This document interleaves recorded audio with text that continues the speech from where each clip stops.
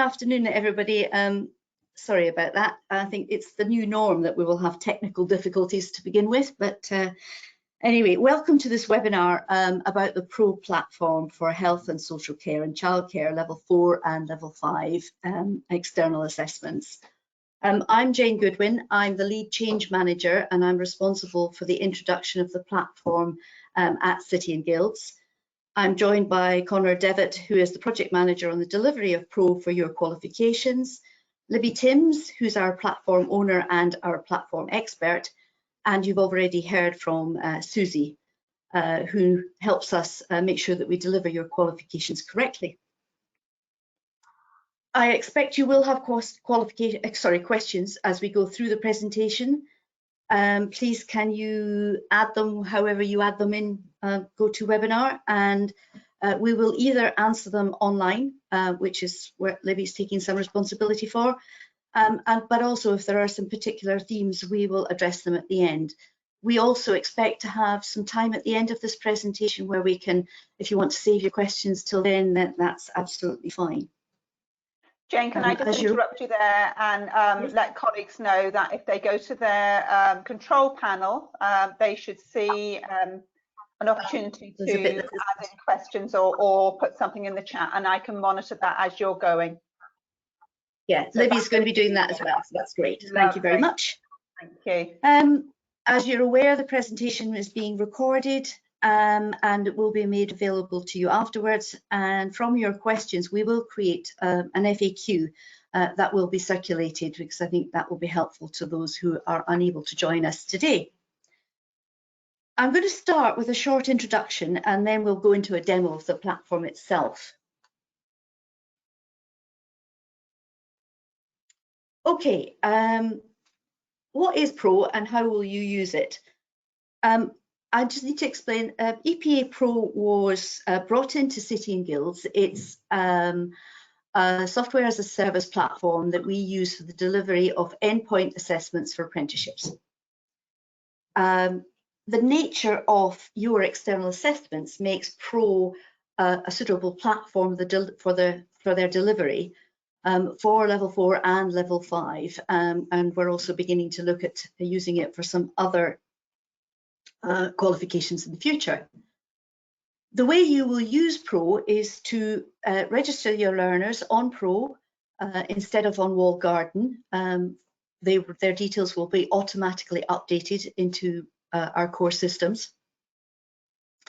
The learner will then do their training, and you will let City and Guilds know when the learner is ready for their external assessment.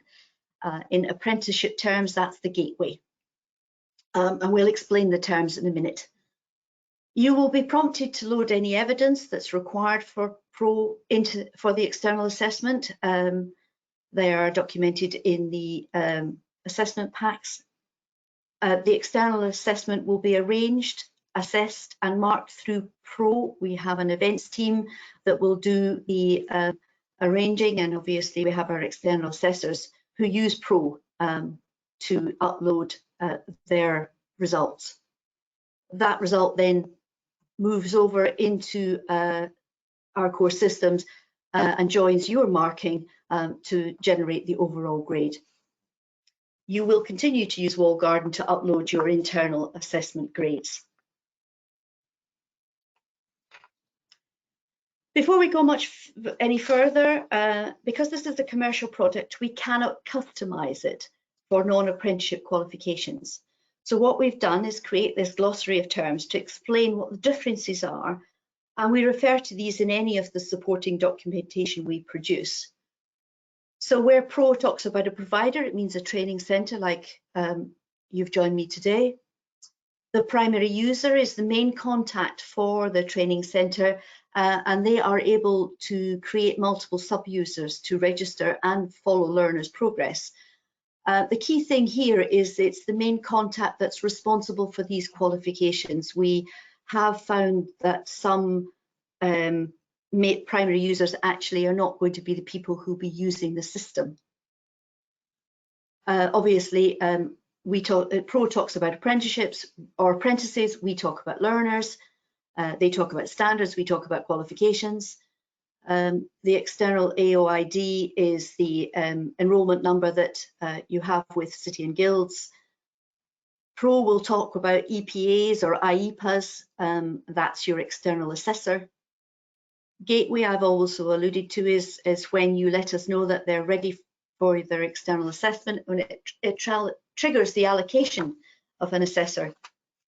There's a planning meeting, which is a virtual meeting to agree dates for the external assessment elements. That's perhaps something you're not so familiar with.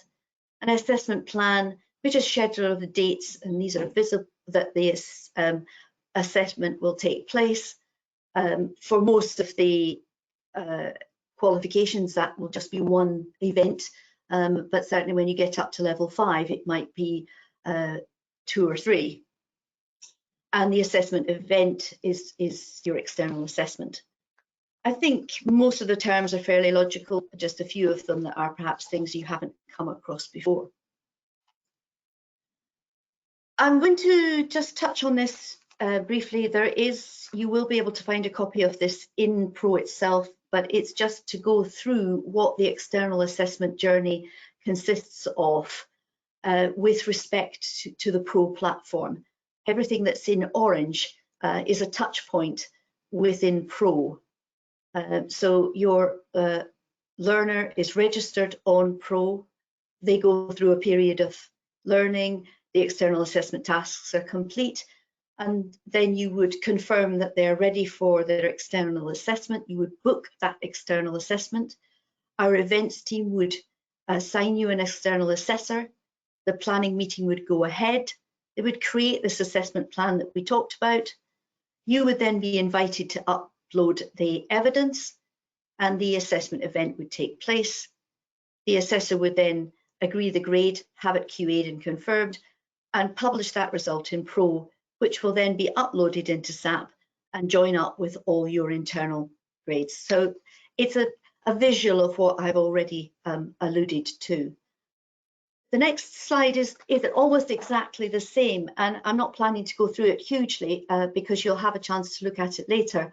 But it's really just to show you where some of the timelines are. So, for example, once the assessment plan has been created, you have 10 days in which to upload the evidence for the external assessor to start looking at.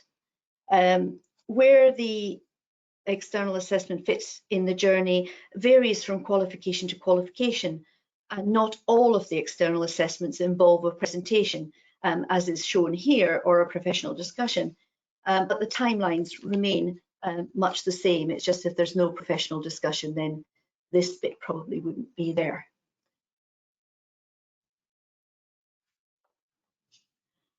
We're just about to get to the bit that I suspect you're more interested in, which is the demo. These are the things that I'm hoping to cover. I'm going to try and keep it as straightforward as possible. So I have already registered a number of learners and taken them through to various stages in the journey, so that we can just show you how things work rather than having to do a lot of the admin stuff. But for those of you who haven't logged on yet, quickly show you how to log on and talk to you about the dashboard. And then I'm going to take you first to the support materials, because nearly everything that you will need can be found there. We will touch on registering learners.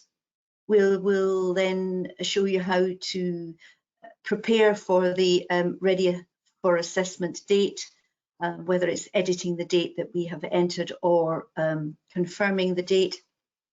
And then this gateway step where you submit the booking. We'll touch on components of that gateway step, and then show you how to upload evidence and how to follow your learner's progress. I've touched on change of circumstances again, and at the end, and I'll explain why when we get there. Now, this is where we hope the technology works.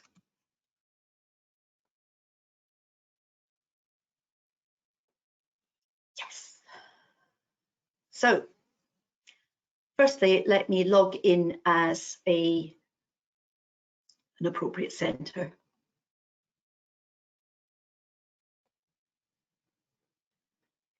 Right, okay.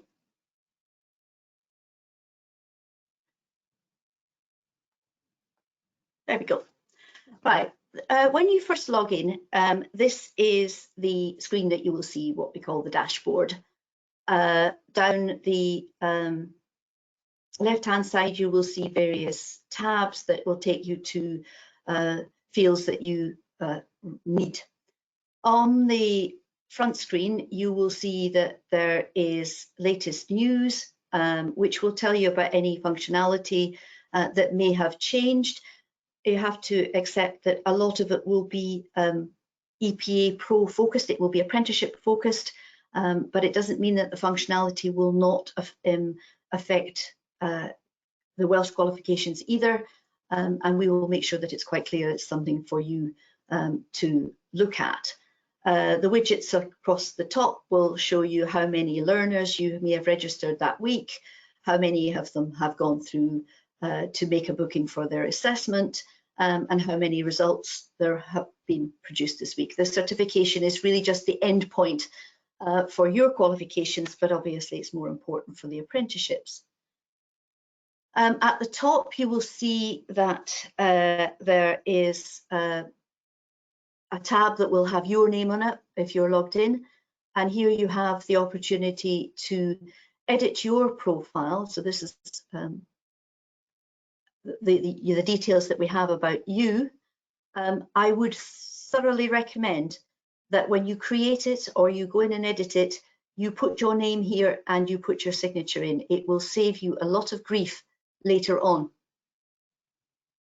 And this is also the field where you would add new providers, new users, so what you would call your sub-users. And I know a number of centres have already done this, but for those of you who are new to the system, that's where you would do it. It asks for minimal information.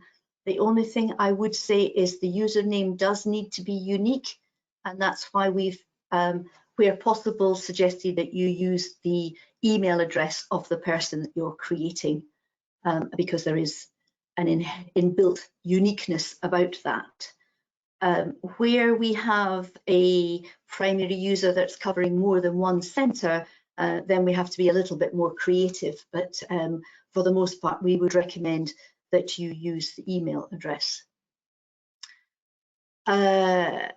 Up here you will also see two quite useful tabs. This is tells you about notifications. It's where you will get information about your learners, and you will see that I processed a couple of learners this morning and some yesterday as well, saying that the gateway has been approved, which lets our events team know that they can assign an assessor. And this particular learner went all the way through to having results submitted. So that's and also here for this one, it's this learner is available. We know we're going to can upload some evidence, and I'll show you that later. As I said, the first thing I wanted to do was show you the support materials. At the bottom, under support materials, there is a section called Welsh Qualifications, and in here you will find a lot of the guides about what I'm going to talk to you about today, and where we will add more guides as we go through. And if there's anything, we're also intending to put some of the record of prior learning templates here, so some of the documentation that's just easy to have to hand. I would thoroughly recommend that you look at some of these as well as this webinar. They will give you their screenshots, and it's more or less a step-by-step how to do the various things, registration and the like.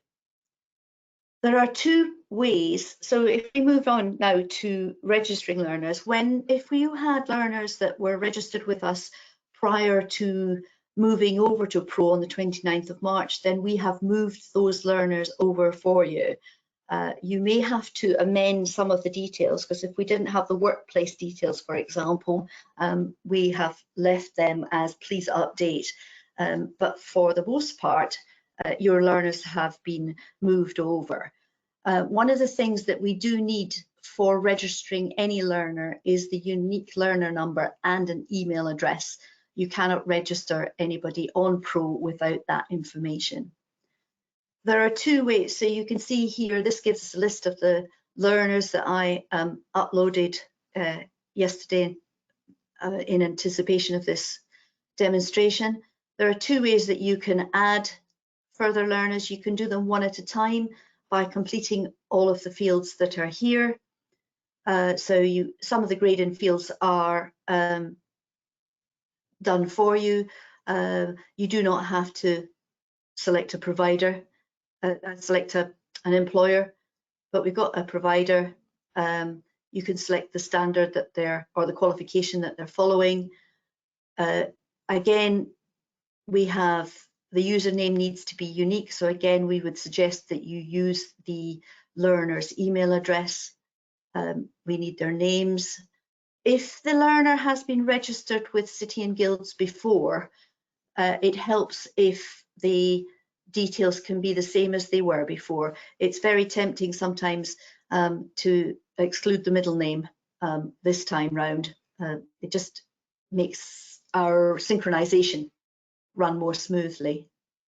And then the date of birth, the unique learner number, the registration for the Welsh qualifications is other, and that's it. And then in the workplace details, we need where they're working, and the asterisks are the mandatory fields.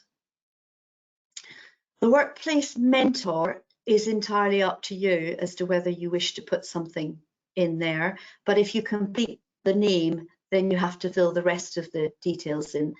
The same is true for your on-program assessor, and they will, if you put a name in, then you have to provide the phone number and the given name. Email, sorry. One thing I am going to show you here that is that if I put a start date in of today, it will, because I haven't chosen a standard, if I go for there, it will automatically put an expected ready for EPA date in. Now this one is clearly set for, hang on, let me change the standard to that. We have set a default of 60 days from when the learner has enrolled with your centre to when you expect them to be ready for their external assessment. That's because there is no stringent guideline on how long that learner has to be on programme before they might be ready for their external assessment. And we didn't want to overestimate how long that would be. So if anything, we've underestimated it. If you are confident that the learner is going to take 6 months, then put 6 months in. So you can easily change this to that, and it'll be fine. You also have the opportunity to edit it at a later stage, and I will talk you through that later. The alternative way to uploading, registering learners is to do it in bulk. And if I go to my next slide, you can, in the support materials, you will find a template that you can use for creating a bulk upload. Now, this is what it would look like. There are a number of the columns that are missing simply to get it on the screen. You must not delete any of the columns, but just to show you what a completed, semi-completed template would look like. But you can, I would recommend that if you've got probably more than 5, you may want to do it this way, particularly if they all happen to work at the same place, because that is easier. we could go through that if you want. There is instructions under the support materials on how to do that. If we go back to so now you've registered your apprentices, and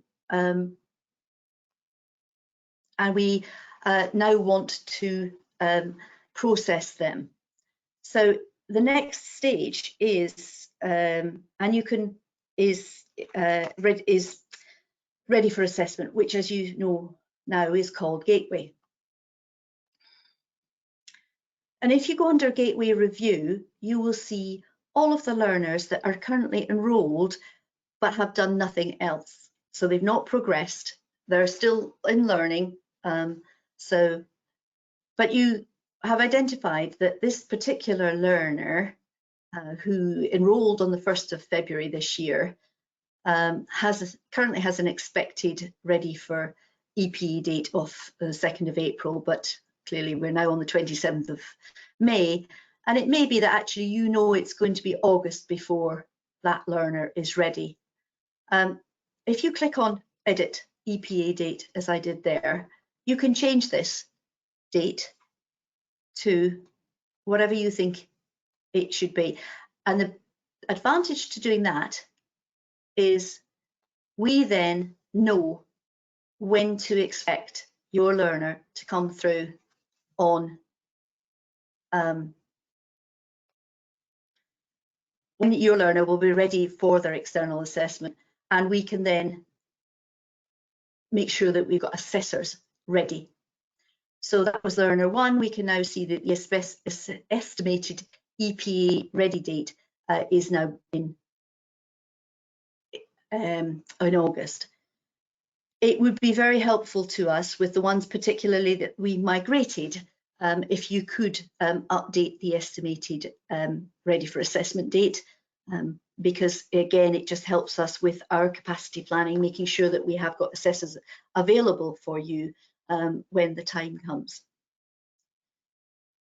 Now with this, but supposing we've said, right, actually, we're now ready. I'm actually going to change this one to today's date. And then save the apprentice, back to here. And we've now got 2 apprentices that are ready for their, sorry, I didn't do that properly. I've changed the date to this one, and then you would confirm that they're ready. And you get a little pop-up here that says confirm. And then they move from simply being enrolled to those that are confirmed. Now, when you are absolutely ready to submit them for their endpoint assessment, the action is to process them. So if we take this learner that we've just put through, this is Gateway. This is you submitting a booking for an endpoint assessment. And it opens up with a series of windows, there's 4 in total, where you give us the information that we need in order to find you an assessor and arrange the first step in that assessment process, which is the planning meeting. Now, in order to do that, we have what's called an assessment planning form, preparation form. And if I go back to my slides, I will show you what this looks like. You will find a blank version of this on under support materials, but it's a mandatory form for you to complete. And it fulfills a number of functions. The obvious thing is that we need to know who the form belongs to, so we have the learner. We also need to know who the external quality assurer is for your centre. The reason for that is we want to avoid a conflict of interest, because some of our EQAs are also external assessors. We know that some centres their learners will be completing their work in Welsh, So we need to know whether their external assessor needs to be a Welsh speaker. So that we ask that question, and then we can make sure that we assign the correct person. Once an external assessor being assigned, then we want to have this planning meeting. Now, it may suit you to tell us when that planning meeting should take place. I know I have spoken to one centre and they want to tie in that to one of the monthly reviews. So it would be sensible for us to know when those monthly reviews are going to take place. We ask you to provide us with 3 dates when the planning meeting can take place. It is a virtual meeting. It is not a face-to-face meeting. It will be done using video technology. It usually lasts about 15 or 20 minutes, but we ask you to give us 3 dates, and we will look at the assessor's availability and try and match it up with your dates and times. You can leave it blank if you want, but it might make it slower for us to organise that particular planning meeting. As I said earlier, the purpose of the planning meeting is to agree the assessment dates and whether it's professional discussion or whether it's just reviewing the results, sorry, the marking of the tests, of the written tasks that the learner has submitted. We ask you to confirm who would like to attend the planning meeting. So who from the centre, we would usually invite the primary user, but if you want it to be somebody else, then put their email address in. We encourage the learner to be part of it. It often calms the situation down, or it helps a learner who may be a little bit nervous about this external assessment if they've already conversed with the external assessor. It's not mandatory, but it perhaps is something that, particularly if there's a presentation or a professional discussion, that your learner might benefit from. You can also include the internal assessor. If you've not put that name in Pro under the on-programme assessor, then please include it here. And then if you want to include anybody else, which may well be a workplace mentor or somebody that is supporting the learner in their studies. It's 2 sides. Where the external assessment requires a face-to-face delivery, which I suspect will be more so for the level 5 qualifications, it helps us if we know where the face-to-face meeting will take place and some contact details.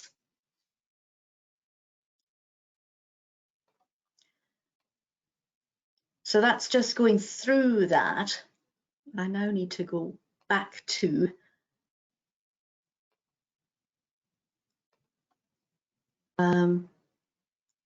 so we go back to our confirmed ones, and I process this one. So we're going to upload that assessment preparation form that I've just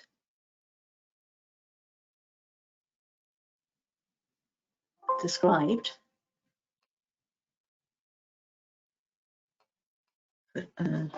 This is the only bit that I physically, oops, oh, there.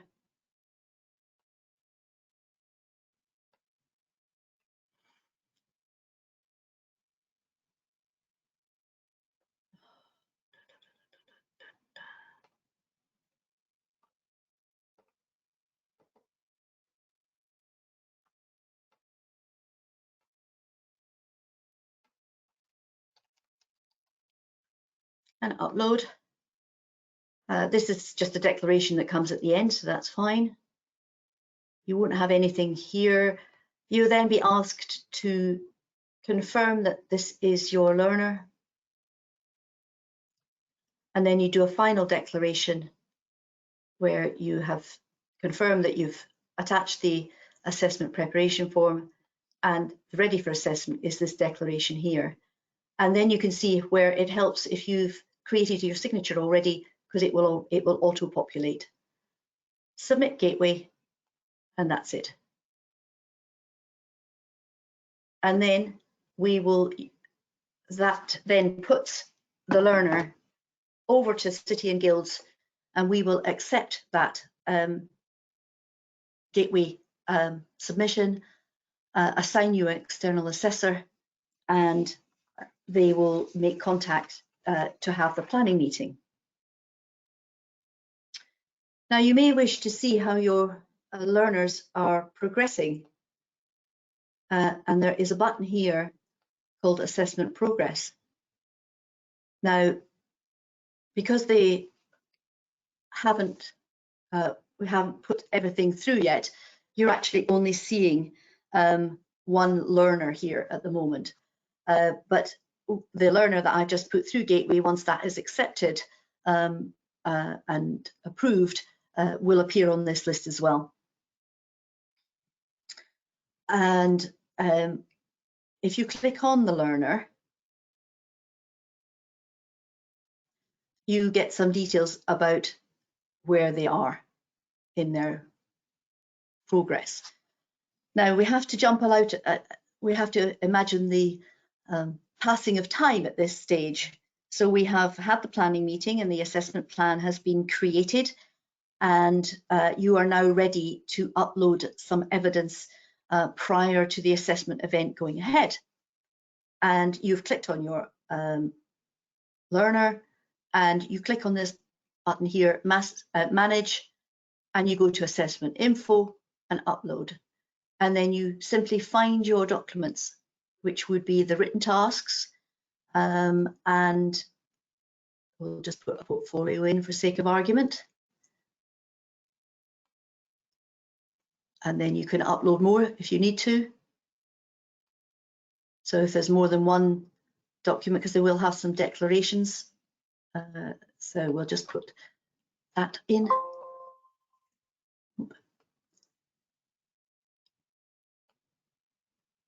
And that's that done. And then what happens is the external assessor, if they're logged in, will be able to see those documents and start working on them. If I change and I go to, so I've shown you how to register a learner, I've shown you how to put them through Gateway, and I've shown you how to upload the assessment evidence. I now would just very briefly want to show you, and if we look at that, that was learner 3, wasn't it? Yes. If you look under your list, if you look at the profile, you will see where they've got to. So we've got, this one is complete, the planning is in process and the assessment has gone ahead, and they're 33%. It doesn't really mean anything here, but this gives you where we are with their progress. If I go to the apprentices, but the assessment will then go ahead, whether it's presentation, whether it's marking, and the external assessor will put a mark into Pro. And the final step for you then is to see those that have completed. So if we look here, we have this particular learner who's gone through all of the stages. Planning is complete, they've got one assessment that's complete, and the assessor that particular qualification has been quality assured and completed and is a pass for this particular external assessment, and it's 100% complete. And that is effectively everything that happens in EPA Pro for a straightforward up and down happy path external assessment. I'm now going to minimize this. So there's just a few more things that I was going to touch on. What are the assessment evidence requirements? Those would be the written tasks as detailed in the assessment packs. there would be assigned a declaration of authenticity, and again the template for that is in the assessment pack. And for some of the qualifications there may well be a declaration of a record of prior learning. So that would be if you have done 80-40-08 and you are then going on to 80-40-09, you will, some of the units are covered by one qualification and you don't have to repeat them in the second. And that's to some extent why we have created some packages, and I'm not sure that all of the centres are aware that if you are registering a learner for example, 80-40-08 and 80-40-09, there is a package that allows you to register them for both qualifications at the same time. The reason for us doing that is that Pro will only allow you to be qualified, registered for one qualification at a time. So we have made them into packages for your convenience. Just to touch on the level 5 requirements for Gateway, which are slightly different. We need a declaration of prior learning in some instances, because in order to register for your level 5, the learners are required to have completed the level 4 qualification pertinent to either health and social care or childcare, although there is an exception in that some learners registering for the level 5 in health and social care will have completed the university certificate step up to management. It is the centre's responsibility to ensure that the learner has met these requirements, but we will ask for evidence of the step up to management route at Gateway for those learners that are registered for 80-40-10. The business project proposal is also uploaded at Gateway in much the same way as the assessment preparation form. So i.e. it's when you submit your booking request for the external assessment. The candidate should supply a 2-page synopsis of their proposed business project as described in the assessment plan. The business project proposal will be referred to an external assessor outside of Pro, and they will ensure that it meets the required standard, and then will confirm with yourselves outside of Pro that that is the case, but also will speak to you if there is an issue with it. Now, what I didn't do is talk to you about a change of circumstance. There is a guidance in, let me just get back to Pro. So there is some guidance in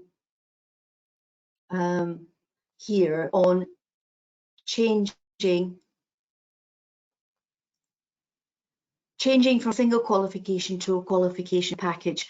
We do know that, as I've just described, some centres wish to register learners for 2 qualifications, whether it's 40-08 and 09 or 40-09 and 012, or the 41-16 and 17. The instructions there show you how to change from the single qualification to the package. They also allow you to do a change of circumstance if, for example, the learner withdraws. I know that I've spoken to a particular centre and they've had a few learners that have not continued past their induction period. You will find it much easier if you withdraw them from the platform, because they'll, if they're not there, they will always be visible otherwise on the apprentice list here, and you may only want to have those learners that are live and working with you. So the instruction there will allow you to change that. It will also allow you to cancel anybody that you may have registered in error. And again, you probably want to get them off the Pro screen, should you wish. Now, one last thing that I will talk to before I go to my final slide is on your dashboard, there is a calendar, and here it will show you when certain things are going to happen. So, for example, we know that this apprentice here is going to have their assessment on this particular date. So it gives you a feeling for when things are happening, whether it's the planning meeting or whether it's the external assessments. And if I go back to my slides, my final slide, oops,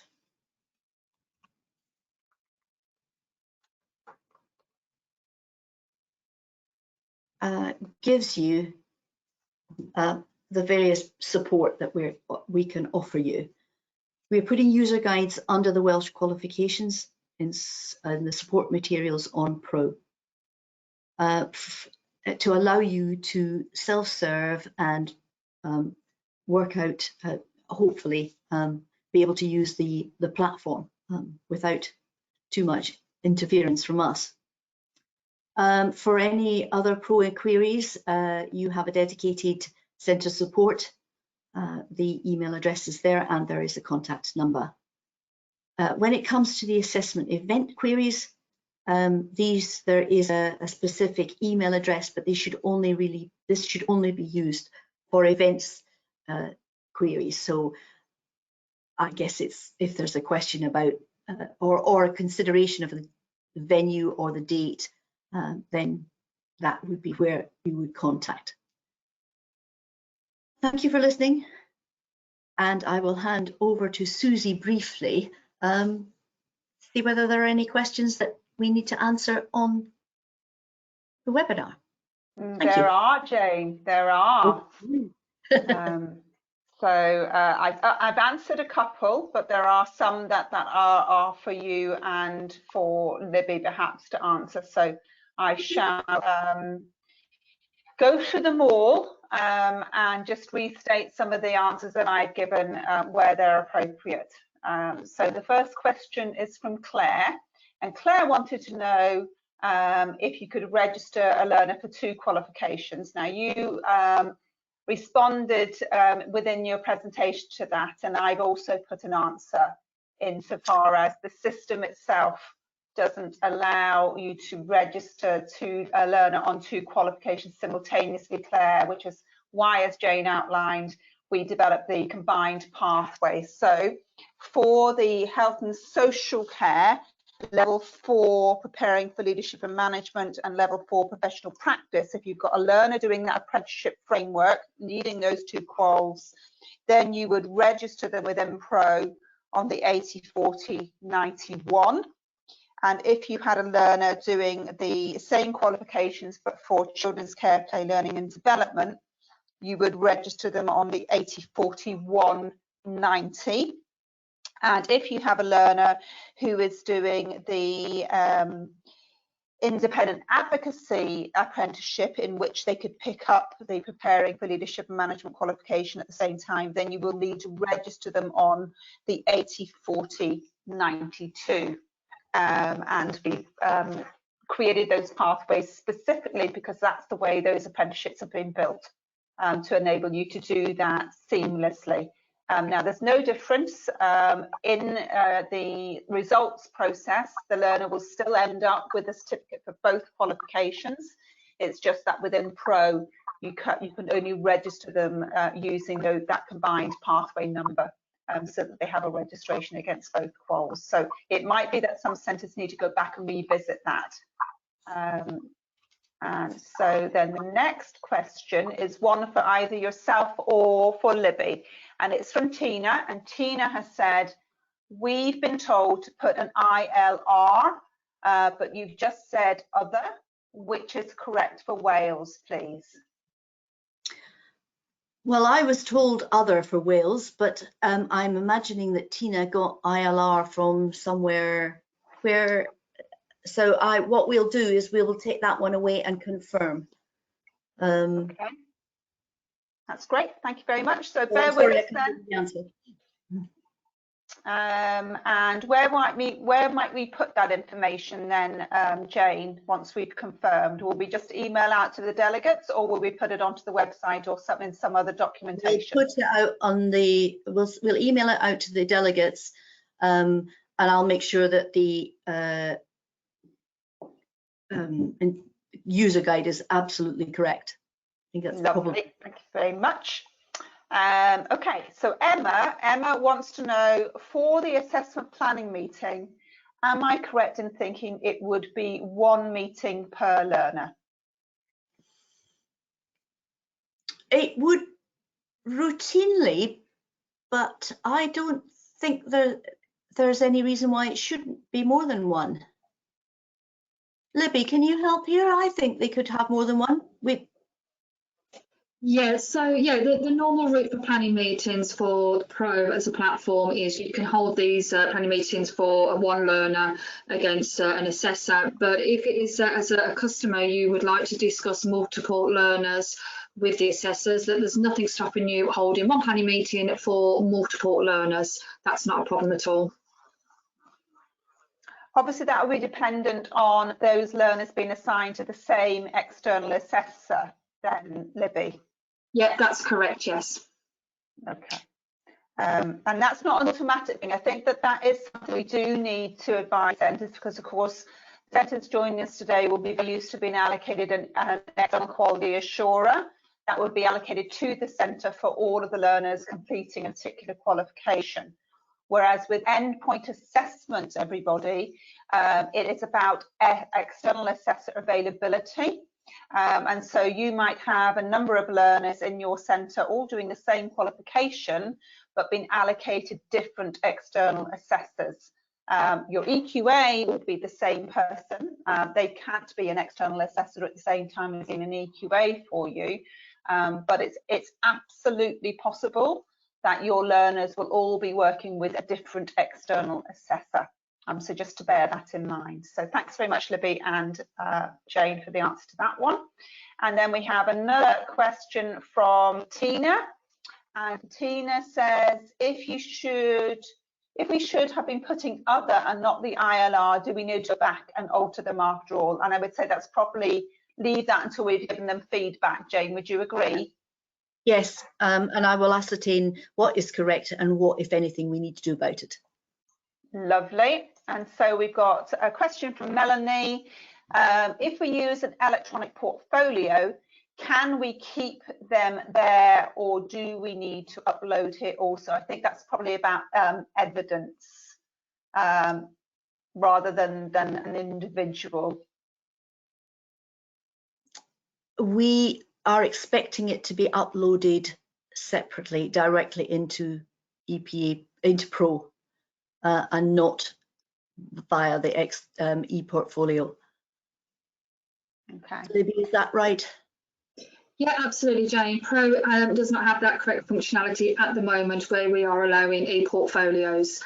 Maybe future down the path, definitely, but at the moment all evidence would need to be uploaded into Pro directly. Lovely, thank you very much. And I think that, oh no, we've got another couple of questions here hiding. How do you register as a primary user? Nikki would like to know that. The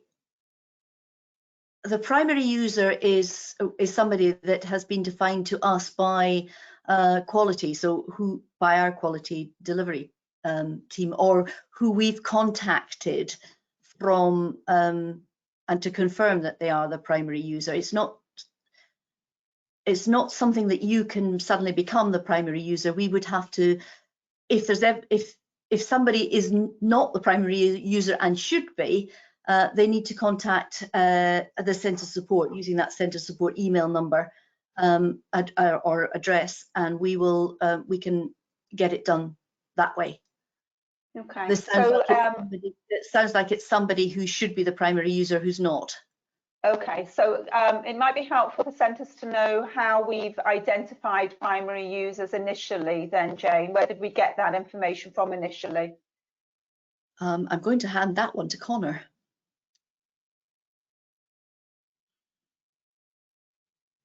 Are you with we us, normally Connor? get the primary. We normally get the primary user from whoever our contact detail is for whoever when they registered with City and Guilds to deliver these qualifications and they got their approvals. We would have a contact name.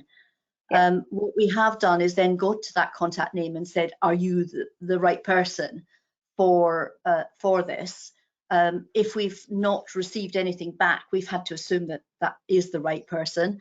We have had a number, and there's been a lot of communication and emails going to that person. Some centres have come back to us and said it should be somebody else. And if that's the case, then that's what needs to happen. Because quite a lot of our contact names that we have are probably the quality contact rather than necessarily the day-to-day person. Because we've not known who else it would be, we've perhaps used somebody a bit more senior than needs to be, or not directly involved with the programme. But if you contact centre support, then we will be able to amend Pro to that effect. That's great. And Connor is struggling to get off mute, but he has just messaged me to say that you are 100% right, Jane. So that's good news. I've been listening. So therefore, I think it might be pertinent then for centres that perhaps haven't maybe been in the system to have a look in the system and see who is there, or whether that's the right person. Would that be fair? Yes. I mean, it sounds like there may well be people who are on this call who don't have a login because they've not been made a user. Yeah. If they drop a line to Welsh qualifications on this occasion at City and Guilds, we can pick it up to make sure, because they won't be able to log in and see who's there. Okay. So we might be able to then tell them, well, actually, we've identified your primary user as, and now you need to go, and then we'll point them in the right direction. Okay. Right, so Jane has asked a question that I think we might have already answered. So, is there any link to Learning Assistant for uploading evidence onto the Pro platform? And I think that we've answered that by answering the e-portfolio solution. Libby, it's Learning Assistant is the same as every e-portfolio, isn't it? It's no different because it's our e-portfolio. That's right. Okay, dokes. Okay, so Eunice has said that we've registered our learners on Walled Garden after the cut-off date. Would they have been transferred to Pro? Do we need to register them on Pro again, or will they be transferred? Anybody that was registered on Walled Garden after we did the migration will not be automatically transferred. Eunice, they would need to be registered on